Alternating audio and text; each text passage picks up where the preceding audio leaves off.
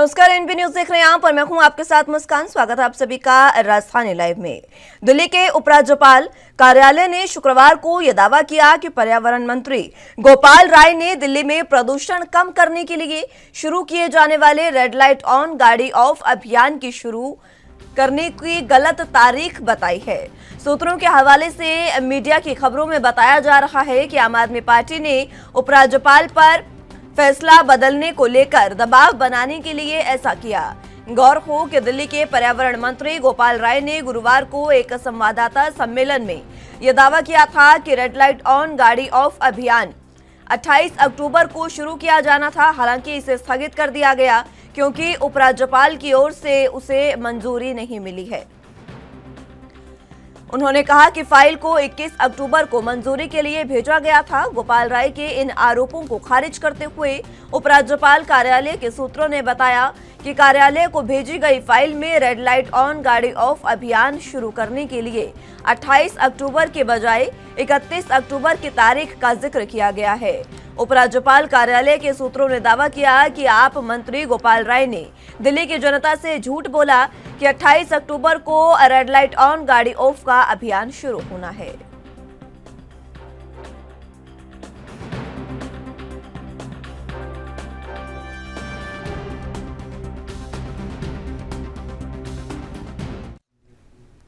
इस खबर पर ज्यादा जानकारी के लिए दिल्ली से संवाददाता राजीव तिवारी हमारे साथ मौजूद हैं।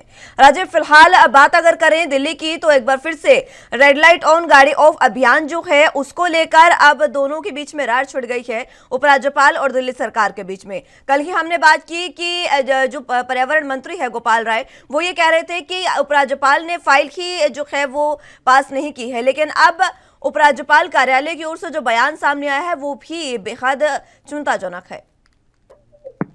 देखिए, यहाँ पर एक चीज समझनी होगी मुस्कान जी, जिस तरीके से लगातार कहीं ना कहीं आम आदमी पार्टी की तरफ से आरोप लगाए जा रहे हैं कि उपराज्यपाल जो है बीके सक्सेना वो उनकी फाइलों को रोक रहे हैं और दिल्ली के अंदर पॉल्यूशन जो बढ़ रहा है उसको कम करने के लिए दिल्ली सरकार जो है वो निरंतर करती हुई नजर आ रही है। मगर यहाँ पर गौर करने वाली बात होगी कि पर्यावरण मंत्री की तरफ से जो फाइल भेजी गई थी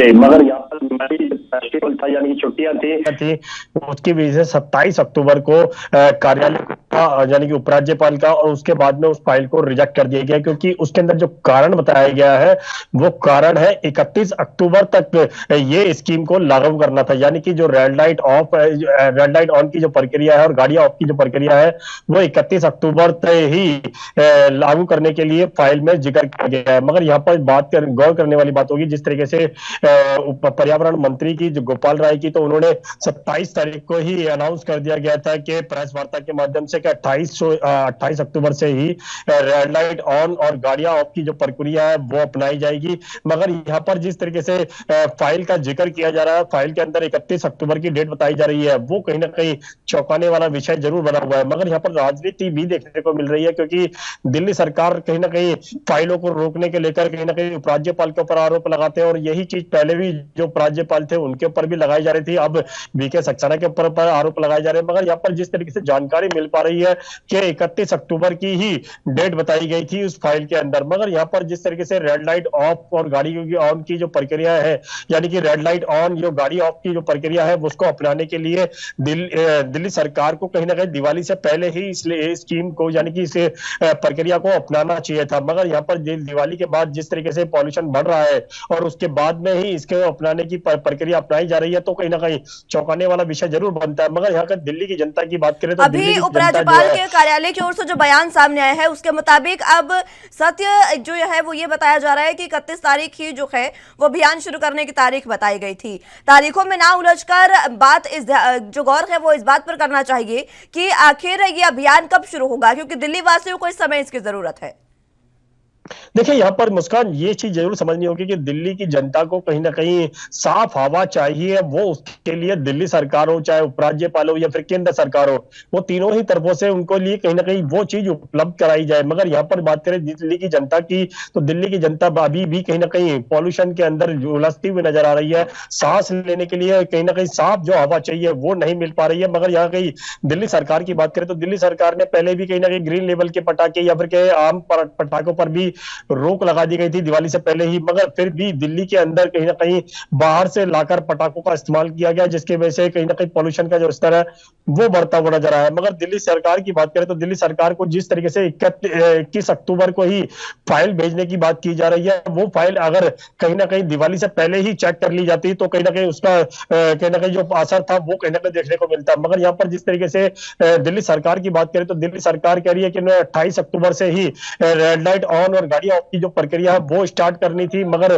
उपराज्यपाल की तरफ से कहा जा रहा है कि 31 अक्टूबर की इसमें डेट बताई गई थी। मगर यहाँ पर डेट न देखकर कहीं ना कहीं दिल्ली की जनता के बारे में सोचना चाहिए, चाहे वो दिल्ली के उपराज्यपाल हो या दिल्ली सरकार हो, दोनों को कहीं ना कहीं दिल्ली के लिए जनता के लिए ही चुना गया है और उनको रखा गया यहाँ पर। मगर यहाँ पर दिल्ली की जनता के बारे में नहीं सोचा जा रहा है, सिर्फ राजनीति की जा रही है। मगर यहाँ पर जो पॉल्यूशन का स्तर दिल्ली के अंदर लगातार बढ़ रहा है, उससे कहीं ना कहीं दिल्ली की जनता की परेशानियां जरूर बनती हुई नजर आ रही है और दिल्ली सरकार को या फिर कहे उपराज्यपाल को या फिर केंद्र सरकार को इस जनता के बारे में सोचना होगा। इसीलिए कहीं ना कहीं चाहे वो गाड़ी ऑफ की प्रक्रिया हो या फिर कहे पॉल्यूशन को कंट्रोल करने के लिए और उपराज्यपाल कार्यालय के जो बयान था उस पर क्या गोपाल राय का बयान आया राजीव?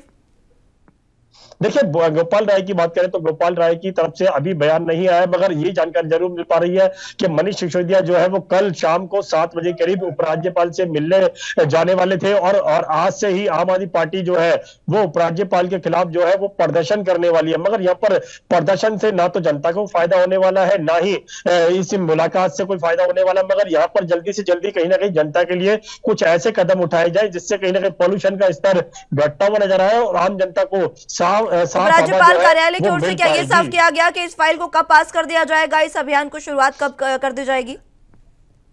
देखिए मुस्कान, यहाँ पर फाइल पास करने के लिए अभी तक ना तो उपराज्यपाल की तरफ से कहा गया है, ना ही दिल्ली सरकार फाइल पास कराने के लिए किस तरीके के कदम उठाएगी, ना ही ये जिक्र किया जा रहा है। मगर यहाँ पर कहीं ना कहीं राजनीति सिर्फ की जा रही है, या तो फिर कहे कि निगम चुनाव नजदीक आने वाले हैं तो शायद इस वजह से ही कहीं ना कहीं राजनीति की जा रही है। मगर जनता के बारे में दोनों को ही सोचना होगा ताकि जनता को जल्दी से जल्दी साफ हवा मिल सके। जी ठीक है राजीव, बहुत शुक्रिया आपका हमारे साथ जुड़ने के लिए और तमाम अहम जानकारी हम तक पहुंचाने के लिए।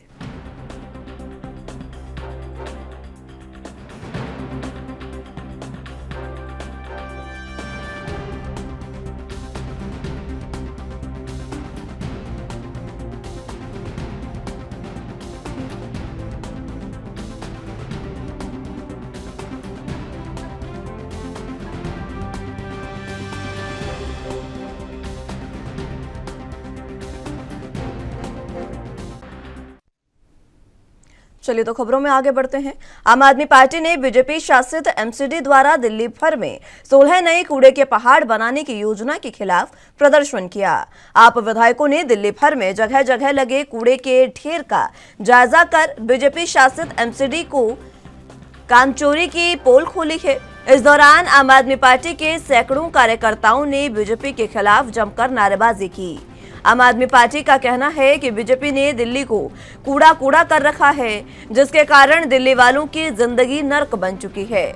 आप विधायक आतिशी ने कहा कि हम गोविंदपुरी मेट्रो स्टेशन पर खड़े हैं, यहां पर भारतीय जनता पार्टी ने कूड़े का पहाड़ बनाने का काम शुरू कर दिया है। हालांकि कालकाजी में रहने वाले सभी लोग ये जानते हैं कि कल यहां 8-8 फुट कूड़ा इकट्ठा हो गया था। जब हमने बीजेपी शासित एमसीडी को एक्सपोज किया तो रात भर बीजेपी ने सफाई करवाई। बीजेपी शासित एमसीडी द्वारा सफाई के बावजूद ऐसा हाल है। अगर सफाई के बाद भी ये हाल है तो सोचिए इससे पहले कैसा हाल रहा होगा, ये आतिशी ने कहा।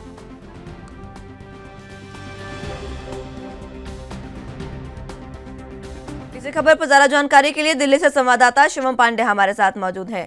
शिवम, फिलहाल बात की जाए दिल्ली में कूड़े के पहाड़ की, तो जिस तरीके से लगातार 16 नए कूड़े के पहाड़ जो कथित रूप से बनाने की बात कही जा रही है आम आदमी पार्टी द्वारा, बीजेपी पर जो आरोप लग रहे हैं, आरोपों में कितनी सच्चाई और ये जो कल विरोध प्रदर्शन हुआ वो किस तरीके का रहा? जी मुस्कान जी, मैं आपको बताना चाहता हूं कि एमसीडी चुनाव पास, दिल्ली एमसीडी नगर निगम का चुनाव पास आते ही आरोप प्रत्यारोप की राजनीति शुरू हो जाती है, क्योंकि वहीं पे 15 साल से लगभग बीजेपी एमसीडी में सत्ता काबिज हुई है। लेकिन आम आदमी पार्टी अब बीजेपी पर डायरेक्ट आरोप लगा रही है कि 16 नए कूड़े के पहाड़ बनाने की योजना, क्योंकि दिल्ली के अंदर इस समय गंदगी इतनी ज्यादा फैल चुकी है, चाहे वो हम छठ पूजा के यमुना को लेकर बात करें या दिल्ली की सफाई को लेकर बात करें, लेकिन कहीं ना कहीं 16 नए कूड़े के पहाड़ बनते हुए दिख रहे हैं। क्योंकि आम आदमी पार्टी के विधायक आतिशी सिंह और सौरभ भारद्वाज ने अपने अपने विधानसभा क्षेत्र में दौरा किया और उन्होंने कहा कि जहां भी कूड़े के पहाड़ इकट्ठा हो रहे हैं, इसको कम से कम बीजेपी को खाली करवानी चाहिए। क्योंकि हम पार्टी को छोड़कर, क्योंकि दिल्ली की जनता जो है, भोली भाली जनता, उनके लिए सोचना चाहिए। क्योंकि इस समय चिकनगुनिया, मलेरिया जैसे कई रोग बीमारी फैल रहे, इसको लेकर दिल्ली वैसे भी पहले प्रदूषण की मार झेल रही, लेकिन फिर भी अब अगर हम सीधी सफाई नहीं करती, इसको लेकर बीमारी देखा जा रहा है दिल्ली के अंदर, तो इसमें कहीं ना कहीं आम आदमी पार्टी लगातार बीजेपी पर तंज कसती नजर आ रही है। जी मुस्कान जी, बीजेपी पर तंज लगातार कसते नजर आ रही है आम आदमी पार्टी, और इसको लेकर अलग अलग तरीके से प्रदर्शन भी कर रही है। आतिशी ने यह कहा कि कालकाजी क्षेत्र के लोग ये जानते हैं कि 8-8 फुट कूड़े के जो पहाड़ हैं वो पहले कर दिए गए थे, लेकिन जैसे ही आम आदमी पार्टी ने इसका विरोध किया, प्रदर्शन किया, तो रातों रात बीजेपी ने सफाई करवाई। इस आरोप में कितनी सच्चाई? कालकाजी में ये जो कूड़े के पहाड़ की बात की जा रही है 8 फुट की, क्या वाकई ये देखने को मिला था? जी बिल्कुल, आपने सही कहा कि रात में आतिशी सिंह 11 बजे पहुंचते हैं, वहां पे कूड़े के पहाड़ दिखते हैं, मतलब 8 फीट लगभग कूड़े इकट्ठा हो जाते हैं, क्योंकि वहां पे गंदगियां देखी जा रही है। क्योंकि उसके बाद आतिशी ने जब एक वीडियो बनाना शुरू किया तो एमसीडी के वहां पे ट्रक और जेसीबी आए, तुरंत कूड़ा भरना शुरू कर दिया। क्योंकि कहीं ना कहीं ये दिल्ली की शर्मनाक बात है कि दिल्ली की जनता के लिए, क्योंकि दिल्ली की जनता, पार्टी क्या होती है, सत्ता में बनी रहती है, लेकिन परेशानी सिर्फ जनता को उठाना पड़ता है। क्योंकि विधायक पद के लिए भी जनता वोट करती है और एमसीडी के लिए भी जनता वोट करती है, लेकिन कहीं ना कहीं दिल्ली की जनता के लिए बहुत शर्मनाक बात है। क्योंकि ऐसा पार्टियों को करना चाहिए, वो बीजेपी हो या आम आदमी पार्टी हो, सत्ता से दूर होकर कम से कम जनता के लिए एक बार सोचना जरूरी होता है। जी मुस्कान जी, अब जिस तरीके से ये जो आरोप लगाए जा रहे हैं, इसमें जनता का क्या कुछ कहना है? जनता का कहना है कि क्योंकि अभी तक हमने कोई भी पार्टी लाते, सत्ता में लाते, तो कम से कम हमारा क्या हो, बिजली पानी जो फ्री दिया जा रहा है। क्योंकि आम आदमी पार्टी और बीजेपी दोनों आपस में टकराव के बाद सिर्फ जनता को नुकसान हो रहा है। क्योंकि ना सही से सफाई हो पा रही, ना डेंगू की बात करें या मलेरिया की बात करें, लगातार 3 साल से लगभग इस साल डेंगू की हालात बहुत दिल्ली में देखते हुए नजर आए। क्योंकि जनता वैसे भी पहले से वायु प्रदूषण झेलती आ रही, चाहे ऑडी1 की बात कर ले या प्रदूषण की बात कर ले, लेकिन जनता लगातार दिल्ली के अंदर पार्टियों की लड़ाई में जनता का नुकसान देखने को मिल रहा है। क्योंकि जनता काफी परेशान नजर आ रही है। जी मुस्कान जी, जनता वाकई इन कूड़ों के ढेरों से परेशान है। पहले ही इतने कूड़े के ढेर दिल्ली में है जिनसे जनता परेशान है, उनको उठाने के बजाय 16 नए कूड़े के पहाड़ बनाने की बात बीजेपी कर रही है। 15 सालों से एमसीडी में काबिज है बीजेपी। आखिर क्या कारण है कि अभी तक दिल्ली की सफाई पूर्ण रूप से नहीं हो पाई? जी बिल्कुल, आपने सही कहा कि हम गाजीपुर की बात करें, ओखला की बात करें या वजीराबाद की बात करें, जहां कूड़े के पहाड़ देखने को मिल रहा है, क्योंकि वहां की जनता कम से कम इतनी आहत महसूस कर रही है। क्योंकि 1-2 किलोमीटर में हम खड़े हो नहीं सकते, इतना ज्यादा बदबू आता। लेकिन फिर भी बीजेपी हो, आम हो या कांग्रेस हो, अपनी राजनीति चमकाने के लिए सिर्फ जनता के कैमरे के सामने अपनी मुंह बोली बोलती है, लेकिन उसके बाद भी जमीनी हकीकत पे वही भी आज भी कूड़े के पहाड़ दिख रहे हैं। कहीं भी जनता के लिए, दिल्ली की जनता तो एकदम बेशुमार नजर आ रही है, क्योंकि उनके लिए कहीं भी कुछ नहीं चल रहा है। जी मुस्कान जी, दिल्ली की जनता के लिए जब सरकारें कुछ नहीं कर रही है, तो आखिर आने वाले निकाय चुनावों में किस तरीके से जनता अपना जो विश्वास है वो जता पाएगी? आपने सही कहा कि अब चुनाव पर नजदीक आ रहा है, क्योंकि बीजेपी भी जनता की हितैषी बनी और आम आदमी पार्टी भी जनता की हितैषी दिखी रही है।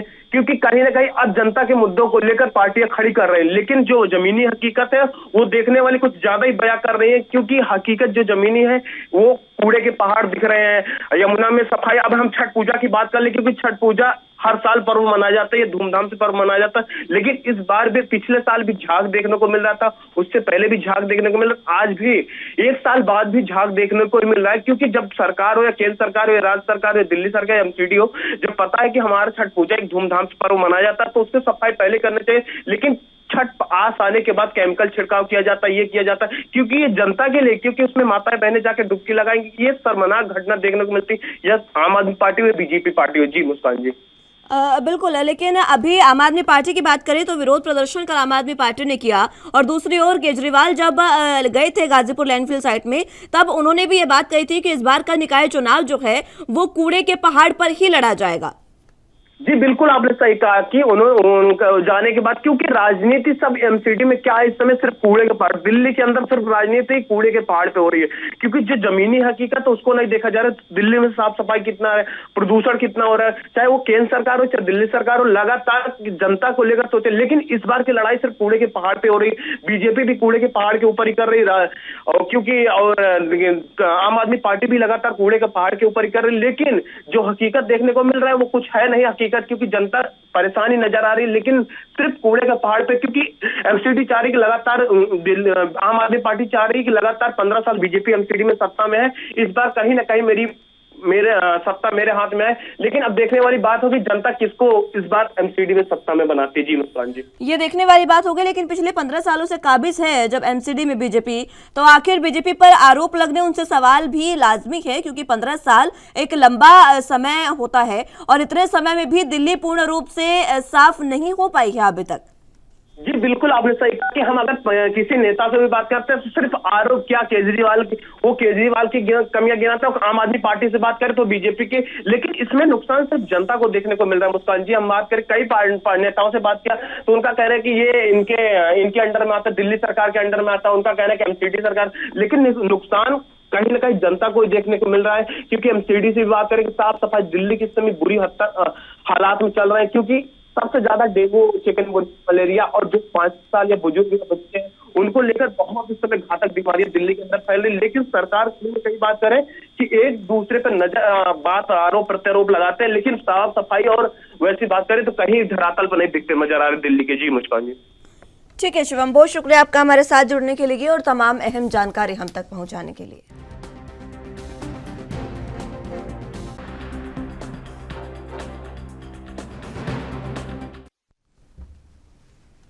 भड़काऊ भाषण देने के मामले में दोषी करार दिए गए सपा के वरिष्ठ नेता और रामपुर शहर सीट से विधायक मोहम्मद आजम खान की विधानसभा की सदस्यता शुक्रवार को समाप्त कर दी गई है। इस मामले में गुरुवार को रामपुर की एमपी एमएलए कोर्ट ने उन्हें 3 साल की सजा सुनाई थी।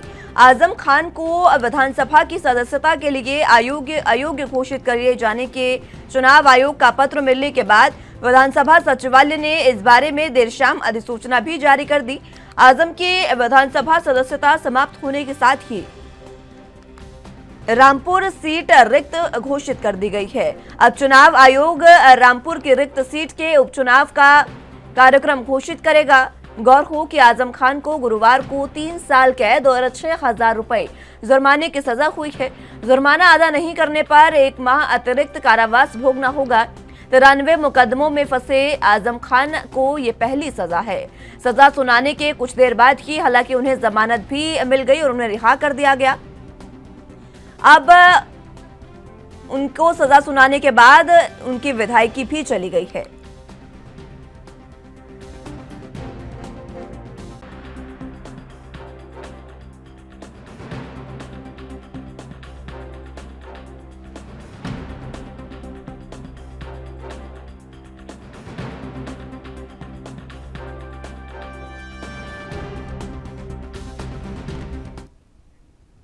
इसी खबर पर ज्यादा जानकारी के लिए लखनऊ से संवाददाता जितेंद्र चौहान हमारे साथ मौजूद हैं।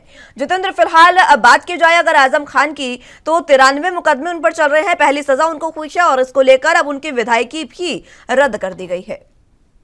देखिए, मामला 2019 का है और कहीं न कहीं देश में जब लोकसभा चुनाव हो रहे थे तो सपा नेता, जो कि वरिष्ठ नेता है समाजवादी पार्टी के, आजम खान ने उक्त वक्त में एक चुनावी जनसभा में संबोधित करते हुए रामपुर में मिलक विधानसभा पहुंचे थे और वहां पर उन्होंने काफी बड़ी संख्या में भीड़ थी और भीड़ के दौरान उन्होंने आपत्तिजनक भड़काऊ टिप्पणियां देने का काम किया था, जिसके बाद जिस विपक्षी दलों ने हंगामा भी किया था इसके मामले में। और कहीं ना कहीं उसी दौरान भारतीय जनता पार्टी के नेता थे आकाश सक्सेना, उन्होंने मुकदमा दर्ज कराया था और कहीं ना कहीं शिकायत करते हुए जो पुलिस है मिलक, उनको कहीं ना कहीं कोतवाली में आजम खान के खिलाफ आचार संहिता और भड़काऊ भाषण देने के मामले में मुकदमा दर्ज कराया था।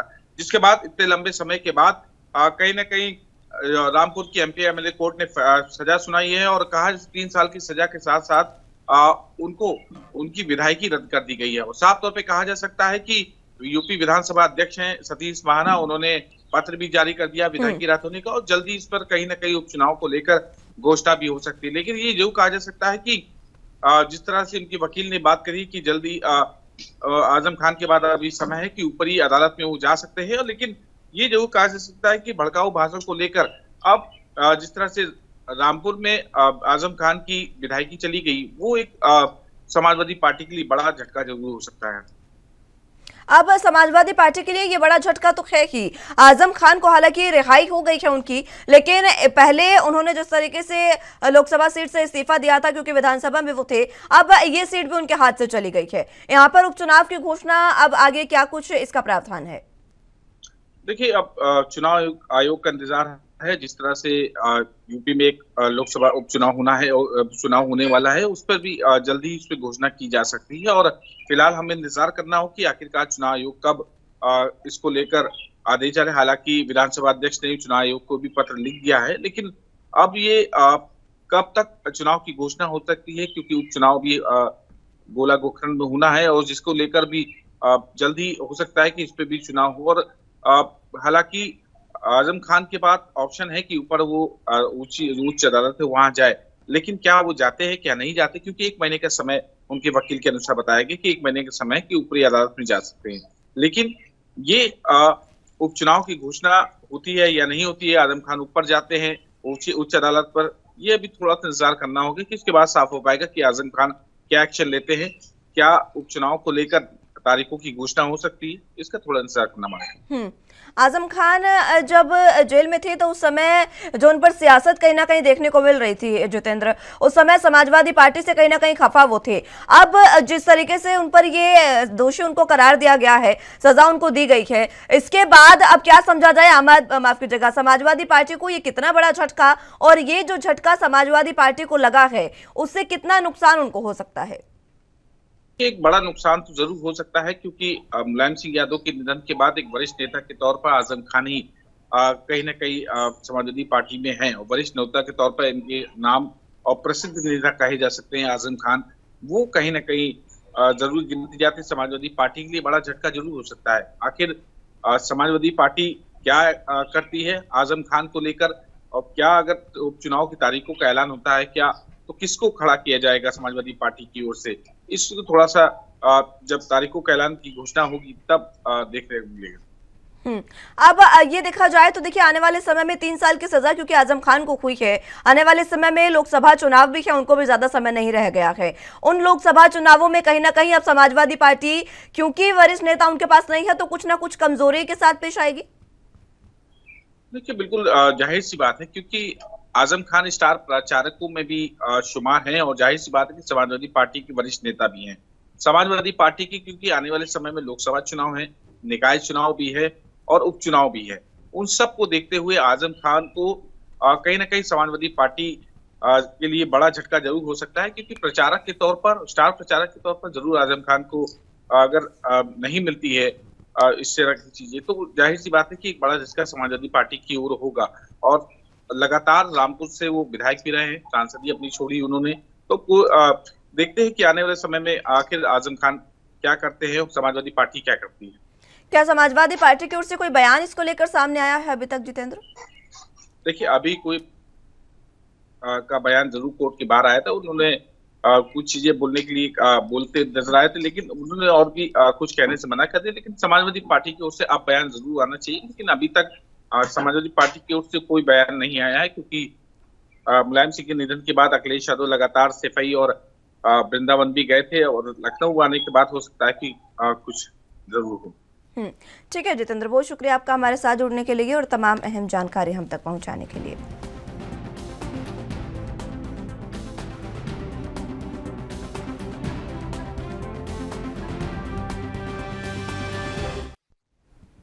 चलिए तो खबरों में आगे बढ़ते हैं। मुख्यमंत्री पुष्कर सिंह धामी ने गृह मंत्रालय के चिंतन शिविर में प्रतिभाग किया। गृह मंत्रालय भारत सरकार द्वारा आयोजित चिंतन शिविर के द्वितीय दिन गृह मंत्रालय द्वारा 4 राज्यों को साइबर इश्यू प्रस्तुतिकरण देने को चुना गया, जिसमें उत्तराखंड राज्य भी शामिल था। इस क्रम में मुख्यमंत्री पुष्कर सिंह धामी के नेतृत्व, मार्गदर्शन और दिशा निर्देशन में उत्तराखंड के पुलिस महानिदेशक अशोक कुमार द्वारा उत्तराखंड राज्य पुलिस का प्रतिनिधित्व करते हुए साइबर विषयों का प्रस्तुतिकरण समस्त राज्यों के सामने किया गया। उनके द्वारा वर्तमान में प्रचलित उत्तराखंड के ई सुरक्षा के मॉडल को विस्तार से बताया गया। उसके उपरांत उनके द्वारा वर्ष 2021 के पावर बैंक घोटाले और वर्ष 2022 में फर्जी चाइनीज वेबसाइट के माध्यम से घोटालों में उत्तराखंड द्वारा पूरे देश भर में अभियोगों का अनावरण का संक्षिप्त विवरण जो है वो प्रस्तुत किया गया।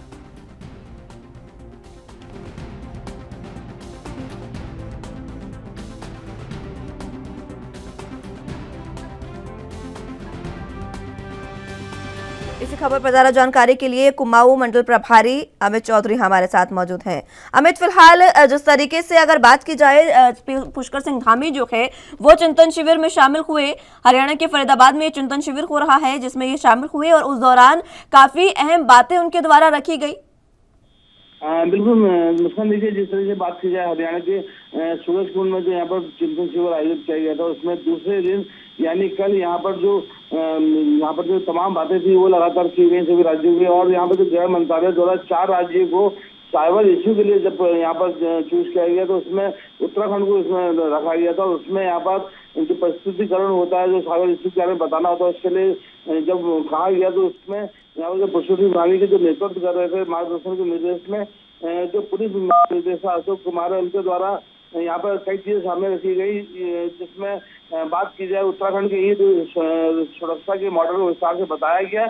और वहीं उनके उपरांत 2021 में जो पावर बैंक घोटाले है और जो चाइनीज वेबसाइट के माध्यम से घोटालों के उत्तराखंड पूरे देश के अभियोगों को लेकर के आरोप का विवरण कहीं न कहीं देने की बात थी, वो यहाँ पर प्रस्तुत किया गया।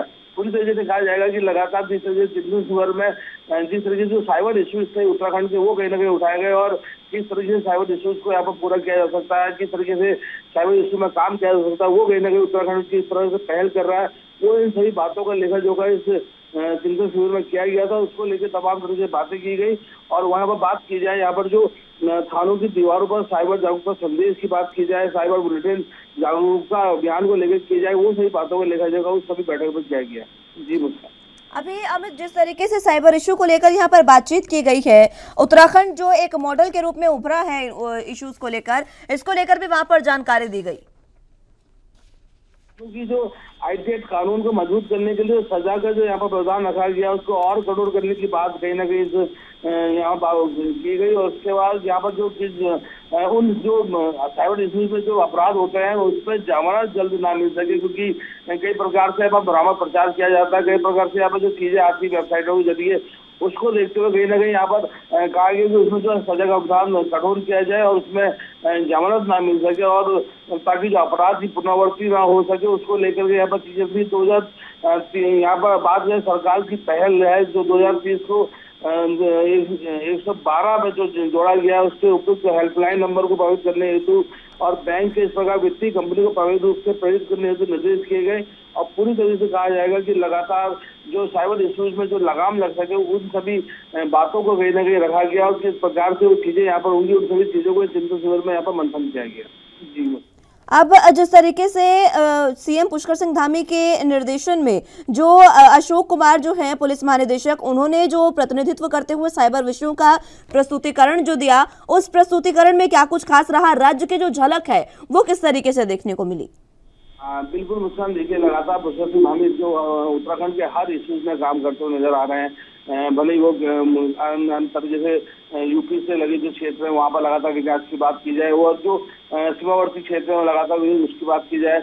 और अब कहीं ना कहीं जो यहाँ पर हरियाणा में जब चिंतन शिविर किया गया था और उसमें जब उत्तराखंड को शामिल किया गया था साइबर इश्यू में यहाँ पर अपनी बातें रखने के लिए, तो यहाँ पर जो अशोक कुमार जो मुख्यमंत्री का प्रतिनिधित्व कर रहे थे उनकी तरफ से साफ तौर से यहाँ पर जो चीजें रखी गई उसमें साइबर इश्यूज को प्रस्तुत करने को लेकर के तमाम चीजें यहाँ पर सामने आई। और उसके द्वारा जो वर्तमान जो प्रचलित उत्तराखंड की इस सुरक्षा के मॉडल को विस्तार से बताने की बात हो और पावर बैंक घोटाले में जो यहाँ पर और जो चाइनीज वेबसाइट के माध्यम से घोटालों की बात हो, पूरे देश में अभियोगों का अनावरण का संक्षिप्त विश्लेषण करने की बात हो, वो कहीं ना कहीं की गई। और एक अच्छी पहलों को भी जो उत्तराखंड में जो काम किया जा रहा है साइबर के तहत अच्छी पहलों को भी कहीं ना कहीं प्रकाश में डालने की बात की गई है। और पूरी तरीके से राज्य में साइबर थानों में शून्य अभियोग पंजीकरण कराना, जिससे कि पीड़ित को तत्काल अभियोग पंजीकरण कर उसमें कार्रवाई की जा सके, ये सभी बातों का लेखा जोखा रखा गया है।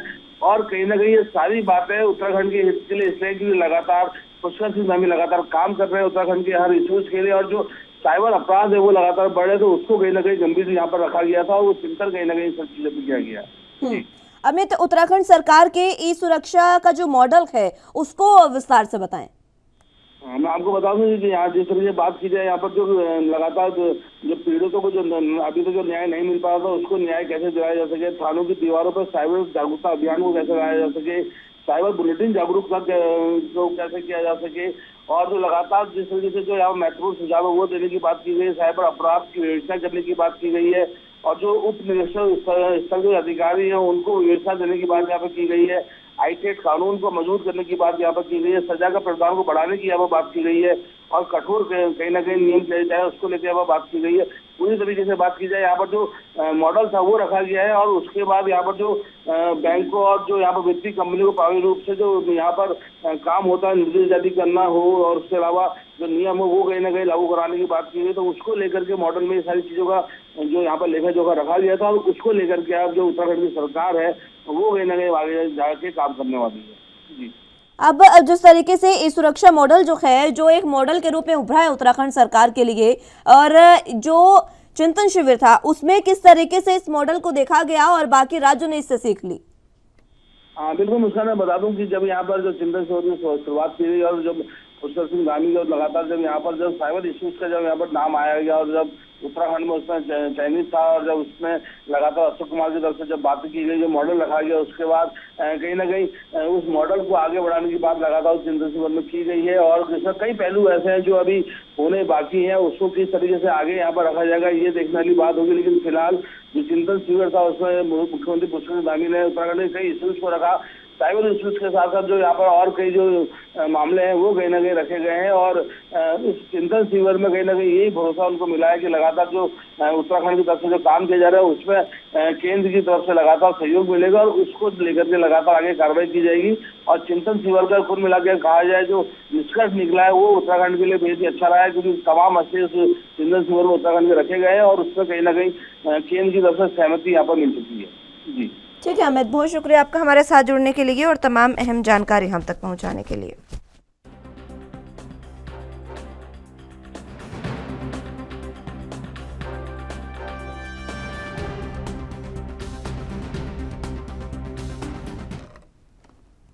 उत्तर भारत के प्रमुख त्योहारों में से एक छठ पूजा को महाराष्ट्र में भी बड़ी धूमधाम से मनाया जाता है।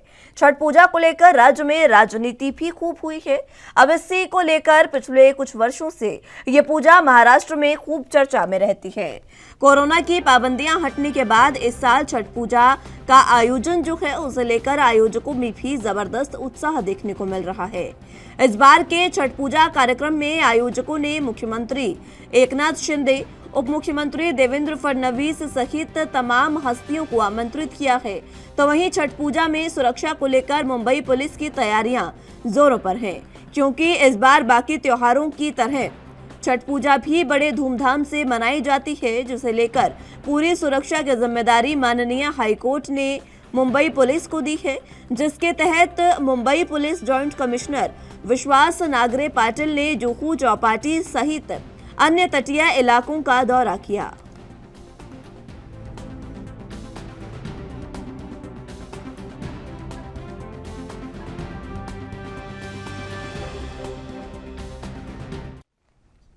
इसी खबर पर ज्यादा जानकारी के लिए मुंबई से संवाददाता सत्यप्रकाश सोनी हमारे साथ मौजूद हैं। सत्यप्रकाश, फिलहाल छठ पूजा का जो त्योहार है वो मुंबई महाराष्ट्र में भी काफी धूमधाम के साथ मनाया जाता है। इस बार किस तरीके की तैयारियां चल रही हैं? बिल्कुल मुस्कान जी, देखिए मुंबई सहित पूरे देश में छठ पूजा की तैयारियां बेहद जोरों पे है, लेकिन जिस तरह से मुंबई में कोरोना काल के बाद तमाम त्योहार बड़े उत्साह के साथ मनाया जा रहा है, ऐसे में एक बार फिर से महाराष्ट्र के मुख्यमंत्री एकनाथ शिंदे और डिप्टी सीएम देवेंद्र फडणवीस ने ऐलान किया है कि वह कई छठ पूजा के मंडलों में जाएंगे और छठ मैया का दर्शन करेंगे। और खास बात यह है कि मुंबई में छठ पूजा को लेकर मुंबई पुलिस की सुरक्षा बढ़ा दी गई है, और मुंबई पुलिस की सुरक्षा को लेकर भी मुंबई हाईकोर्ट ने सख्त आदेश दिया है, क्योंकि महिलाएं छठ पूजा के दौरान सुबह सुबह निकलती घर से, उनकी सुरक्षा की जिम्मेदारी मुंबई पुलिस को माननीय हाईकोर्ट ने दिया है, जिसके तहत मुंबई पुलिस के तमाम बड़े आला कमान अधिकारी अब अलग अलग इलाकों में जाकर इसका निरीक्षण कर रहे हैं, सुरक्षा का जायजा ले रहे हैं। जिस तरह से मुंबई के जूहू में मुंबई का सबसे बड़ा छठ पूजा का त्योहार मनाया जाता है, वहां पर ज्वाइंट कमिश्नर विश्वास नागरे पाटिल ने वहां का जायजा लिया और इस दौरान मीडिया से भी बात किया। क्या कुछ जो उन्होंने जायजा लिया उसमें खास देखने को मिला? और कल ही नहाए खाए के साथ जो शुरुआत हुई है छठ की, किस तरीके का वो दिन रहा? बिल्कुल मुस्कान जी, देखिए हिंदू धर्म का सबसे बड़ा त्योहार, खास करके उत्तर भारत का सबसे बड़ा त्योहार मुंबई में मनाया जाने लगा है। और मुंबई में मनाने की वजह से तमाम जो समुद्री किनारे हैं, नदी के किनारे हैं या कृत्रिम तालाब है, वहां पर मुंबई पुलिस की सुरक्षा बढ़ा दी गई है। ड्रोन से निगरानी रखी जाएगी। मुंबई पुलिस के साथ साथ अतिरिक्त पुलिस बल भी तैनात किया जाएगा, क्योंकि छठ पूजा में तमाम जो महिलाएं होती है भोर में ही, अंधेरे में ही आती है। ऐसे में उनके साथ कोई अप्रिय घटना ना हो, उसके लिए मुंबई पुलिस लगातार गश्त लगाएगी और इस गश्त के दौरान निगरानी रखेगी किसी भी महिला के साथ कोई छेड़छाड़ या अप्रिय घटना ना हो, जिसका जायजा मुंबई ज्वाइंट कमिश्नर विश्वास नागरे पाटिल ने लिया है। और खास बात यह है कि ड्रोन और सीसीटीवी कैमरे अतिरिक्त लगाए जा रहे हैं, जिससे लगातार लोगों के ऊपर नजर रखा जा सके। अतिरिक्त कैमरे, ड्रोन, सीसीटीवी फुटेज के माध्यम से नजर रखी जा रही है तमाम लोगों पर। कल का दिन जो है वो किस तरीके का रहा ये भी बताएं, क्योंकि कल जिस तरीके से शुरुआत हुई है, जो सुबह सुबह नहाए खाए से जो शुरुआत हुई है छठ के महापर्व की, वो किस तरीके से निकला और उस दौरान सुरक्षा व्यवस्था के क्या प्रबंध थे? देखिए, नहाए खाए के साथ ही माँ छठ पूजा की जो है तैयारियां लगभग पूरी होने लगती है, क्योंकि लगातार जो मार्केट में भीड़ भाड़ देखी जा रही है और जो जहां कृत्रिम तालाब बनाया गया है या समुद्री किनारे बनाया गया है, वहां जो अपने पार्ट को निर्धारित करने के लिए जो जगह बनाई गई है वहां लोग पहुंच रहे हैं और लोग अपने अपने पार्ट की निगरानी कर रहे हैं। वहां दीपक जलाए और तमाम जो पूजा सामग्री होती है वहां पर जो है लेके जाते हैं, एक बार जो है दर्शन करा कर लाते हैं। तो इस तरह की व्यवस्था जो लगातार कल से ही देखी जा रही है और आज का दिन विशेष आम होगा, क्योंकि आज का दिन माना जाता है कि कल शाम जो है माँ सूर्य भगवान को जो है सूर्य अस्त का जो है अर्घ्य दिया जाएगा। उसके दूसरे दिन जो है भगवान सूर्य के जो है उगने का जो अर्घ्य होगा, जिसका समापन माना जाएगा। तो तमाम 2 से 3 दिन जो विशेष रहता है छठ पूजा को लेकर बेहद अहम रहता है। इसी के तहत मुंबई पुलिस और तमाम जो सुरक्षा एजेंसियां हैं उनकी भी जिम्मेदारी बड़ी हो जाती है, क्योंकि मुंबई जैसे शहर में इस तरह का त्योहार मनाना एक बड़ी चुनौती होती है, खासकर जब उत्तर भारतीय बनाम मराठी की बात आती है। तो इस विषय को लेकर भी सरकार और सुरक्षा एजेंसियां तमाम गंभीरता ले रही है। इस बार कितने कृत्रिम तालाब बनाए गए हैं सत्यप्रकाश? क्योंकि पिछली बार जो है वो कोरोना का समय था, तो इस वजह से जो वहां के समुद्र थे या फिर जो नदियां थी, तालाब थे, वहां पर जाने की इजाजत नहीं थी। तो इस बार कृत्रिम तालाब पिछली बार भी बनाए गए थे, इस बार कृत्रिम तालाबों की संख्या क्या है, किस तरीके से व्यवस्थाएं की गई हैं? बिल्कुल मुस्कान जी, देखिए मुंबई में समुद्री किनारे जो है अब जो है कहीं कहीं बहाल कर दिया गया है, क्योंकि 2 साल कोरोना के दौरान छठ पूजा की अनुमति नहीं दी गई थी। जहां जहां कृत्रिम तालाब बनाए गए थे पिछले साल, वहां जो है कोरोना गाइडलाइन का पालन करना था, लेकिन इस बार ऐसा कुछ नहीं है, क्योंकि जो सरकारी आंकड़े हैं बताते हैं कि कृत्रिम तालाब 150 से ज्यादा रहेंगे जहां पर छठ पूजा मनाई जाएगी। खासकर न सिर्फ मुंबई बल्कि महाराष्ट्र के भी जलगांव, खेड़े में भी और तमाम इस तरह की व्यवस्था की जाएगी, जिससे छठ पूजा को आसानी और सुविधाजनक तरीके से मनाया जाए, जिसको लेकर सरकार ने भी तमाम जो जरूरी सुविधाएं हैं उसे मुहैया करने का आदेश दे दिया है। अब सरकार ने जरूरी सेवाएं मुहैया करने के आदेश तो दे दिए हैं, लेकिन ये आदेशों का पालन किस तरीके से कराया जाएगा, ये अहम बात है। बिल्कुल मुस्कान जी, मुंबई महानगर पालिका और तमाम संबंधित जो अधिकारी हैं उन्हें तैनात किया गया है और उन्हें अलग अलग जिम्मेदारियां दी गई है कि किस तरह से आप अपने अपने जिम्मेदारियों के तहत तमाम जो सुविधाएं हैं वो उन्हें मिले, इसका भी खासा ख्याल रखा जाएगा। खासकर मुंबई पुलिस के जो बड़े अधिकारी हैं उन्हें भी जो है इस पूरे मामले में दखलंदाजी कर सभी चीजों पर ध्यान रखने के लिए आदेशित किया गया है। खासकर गृह मंत्रालय द्वारा एक सख्त आदेश दिया गया है, किसी भी महिला, किसी भी पुलिस या बच्चे के साथ कोई अपनी घटना ना हो, इसका विशेष ख्याल जो है मुंबई पुलिस को रखना होगा। क्राइम ब्रांच के अलावा मुंबई पुलिस, एटीएस और तमाम सुरक्षा एजेंसियां तैनात रहेंगी। खासकर उत्तर भारत का ये त्योहार है, छठ का महापर्व जिसे कहा जाता है, लेकिन अब ये महाराष्ट्र में भी मनाया जाने लगा है। इसको लेकर अब जिस तरीके से सीएम और डिप्टी सीएम जो है उन्होंने यहाँ पर जो छठ के जो अलग अलग जो बनाए गए हैं कृत्रिम तालाब या तमाम जो चीजें बनाई गई है, स्थान बनाए गए हैं, उसको लेकर वहां पर जाने के, वहां का दौरा करने के दोनों ने आदेश दिए हैं और कहा है कि हम वहां पर जाएंगे। उसको लेकर क्या जानकारी, कब डिप्टी सीएम और सीएम जो है वो यहाँ पर जाएंगे?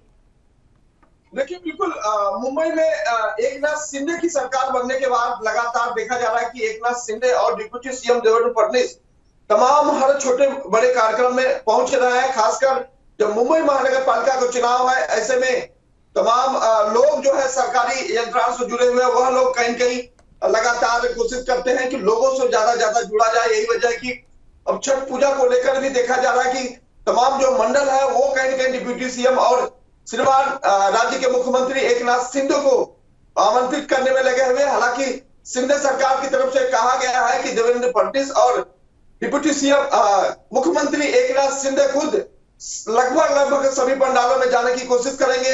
हालांकि जो है आधिकारिक तौर पे यह घोषणा की गई है कि जिन लोगों का आमंत्रण आएगा वहां मुख्यमंत्री महोदय और डिप्टी सीएम देवेंद्र फडणवीस वहां पहुंचने की पूरी कोशिश करेंगे। अब किस तरीके से उनको लेकर तैयारियां शुरू की गई है, क्योंकि देखिए क्या ये भी कहा जाए कि छठ का ये जो महापर्व है कहीं ना कहीं लोगों को साधने की भी कोशिश कर रही है सरकार, इसमें राजनीति कर रही है? देखिए महाराष्ट्र और खासकर मुंबई में मुंबई महानगर पालिका का चुनाव होने वाला है और एकनाथ शिंदे गुट उद्धव ठाकरे गुट से अलग होने के बाद बिल्कुल लगातार सक्रिय दिखाई दे रहा है। खास मौका है क्योंकि मुंबई में चुनाव का भी मौका है। ऐसे में राजनेताओं की यही कोशिश रहती है कि ज्यादा लोगों को साधा जाए, उनके साथ जुड़ा जाए। यही वजह कि छठ पर्व में काफी लोग जो है घर से बाहर निकलते हैं, अपने छठ मैया की पूजा करते हैं। ऐसे में महिलाएं ज्यादातर जुड़ती है। महिलाओं की भावनाओं के साथ जो है सरकार जुड़ना चाहती है, क्योंकि एक बार परिवार की महिला जब किसी बात को ठानती है तो पूरे परिवार को वो मनाने में ज्यादा टाइम नहीं लगता है। यही वजह सरकार बिल्कुल सक्रिय है। सरकार चाहती है कि कहीं कहीं जो है तमाम महिलाओं और तमाम परिवार से जुड़ा जाए, जिससे आने वाले समय में मुंबई महानगर पालिका में इसका जो है उपयोग किया जाए, इसका फायदा उठाया जाए। छठ पूजा को लेकर अब उद्धव गुट का क्या कुछ कहना है, क्योंकि यहाँ पर जो बीएमसी है उसके भी कहीं ना कहीं जो कार्यक्रम है वो देखने को मिलते हैं, उनके भी यहाँ पर व्यवस्थाएं देखने को मिलती है। उद्धव गुट का इसको लेकर क्या कहना है, यहाँ पंडालों को लेकर? देखिए उद्धव गुट और शिंदे गुट दो कंपटीशन आजकल मुंबई में चल रहा है कि जैसा कि अभी एक दो त्योहारों में हम लोग को देखा, चाहे दही हंडी का उत्सव हो या फिर नवरात्रि डांडिया का उत्सव हो, देखा गया कि एकनाथ शिंदे और शिवसेना गुट की तरफ से लगातार तैयारियां की गई। बैंड बाजे जो है अलग अलग एक्टर्स को बुलाकर कहीं कहीं आम जनता को लुभाने की कोशिश करी। एक बार फिर से वह मौका छठ पूजा के तौर पर देखा जा रहा है और सरकारी यंत्रणा जो है पूरी तरह से लगी हुई है। हालांकि उद्धव गुट भी पूरी तरह से सक्रिय है और पहले से भी छठ पूजा का आयोजन करते आया है। इस बार भी देखा जा रहा है कि उद्धव गुट और एकनाथ शिंदे गुट पूरी तैयारी में है कि किस तरह से शिवसैनिक जो वोट है, मुंबई मराठी जो वोट है, उसके बदले में जो है कहीं के उत्तर भारतीयों का जो वोट है उसे मिलाया जाए, उसे आपसी सामंजस्य बिठाया जाए, उनके सुविधा दिया जाए। इसका फायदा कहीं कहीं आम जनता को होगा, क्योंकि छठ पर्व में देखा जा रहा है कि तमाम जो सुविधाएं हैं वो कहीं कहीं लोगों को मिलेंगी। चाहे छठ पर्व के मौके पर तालाब पर जाने की बात हो या समुद्र किनारे पर जाने की बात हो या फिर गन्ना वितरण हो, मिठाई का वितरण हो या फिर साड़ियों का वितरण हो, इस तरह का आयोजन जो है कहीं कहीं दोनों ग्रुप पूरी तरह से कर रहा है। अब आज जो है वो कल नहाय खाए से शुरुआत हुई, आज खरना किया जाएगा। आज की क्या विधि है जो छठ है उसके लिए? देखिए खरना को लेकर ये माना जाता है कि तमाम जो पूजा की सामग्री होती है उसे बनाया जाएगा और तमाम जो घर को पवित्र करने से लेकर आप जब पंडाल तक पहुंचते हैं या कृत्रिम तालाब तक पहुंचते हैं उसकी तैयारियां कैसे की जाए, शुद्धता से की जाए, इस बात को लेकर परिवार के तमाम जो अतिथिगण आएंगे उनकी देखरेख में कोई कमी नहीं रह जाए। परिवार के हर सदस्य जो है इस मौके पर पहुंचना चाहता है, खासकर जो दूर दराज में है, तो इस तरह की व्यवस्था के साथ ही जो है खरना की पूरी तैयारियां मानी जाती है। खासकर शाम को दीपक जो पट होता है वहां पर दीपक जलाने के साथ ही इसका शुभारंभ कर दिया जाएगा और लोगों में जो उत्साह है वो बेहद ज्यादा दिखाई दे रहा है, क्योंकि 2 साल के बाद एक बार फिर से सरकारी जो सुविधा के साथ जो है कहीं न कहीं यह घोषणा की गई है कि आप जो है इस त्योहार को भी बड़े जोश और उत्साह के साथ मनाइए। ठीक है सत्य प्रकाश, बहुत शुक्रिया आपका हमारे साथ जुड़ने के लिए और तमाम अहम जानकारी हम तक पहुंचाने के लिए। फिलहाल के लिए राजधानी लाइव में मेरे साथ बस इतना ही। तमाम अहम खबरों के लिए आप देखते रहिए ANB न्यूज। नमस्कार।